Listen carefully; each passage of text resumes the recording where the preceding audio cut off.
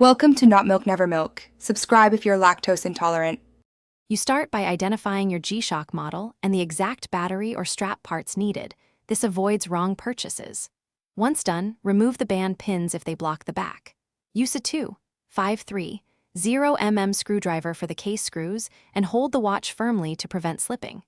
Make sure to place screws on a magnetic pad in numbered order. Keep a plastic pry for the back to avoid marring the bezel. This preserves water resistance for when you reassemble. You now lift the metal battery clip and gently remove the old cell, noting the plus side orientation so replacement is correct. Once the new battery is in, clean the contacts with 90% isopropyl and a soft brush to ensure reliable power transfer. If the module lifts, use tweezers to seat it correctly. Avoid touching circuit traces with bare fingers. Replace or lubricate the rubber gasket lightly to maintain water resistance. After reseating everything, test functions before closing the case. You finish by aligning the back plate and tightening screws in a cross pattern so the gasket compresses evenly. Stop when the screw feels snug, not forced. Once closed, run through all functions, backlight, mode switches, alarms, and time setting to confirm full operation.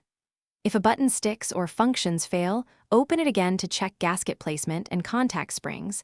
Perform a module reset if available. Make sure water resistance is intact by keeping it out of deep water, unless professional. Thanks for watching. If this was helpful, leave a like and consider subscribing. See you next time.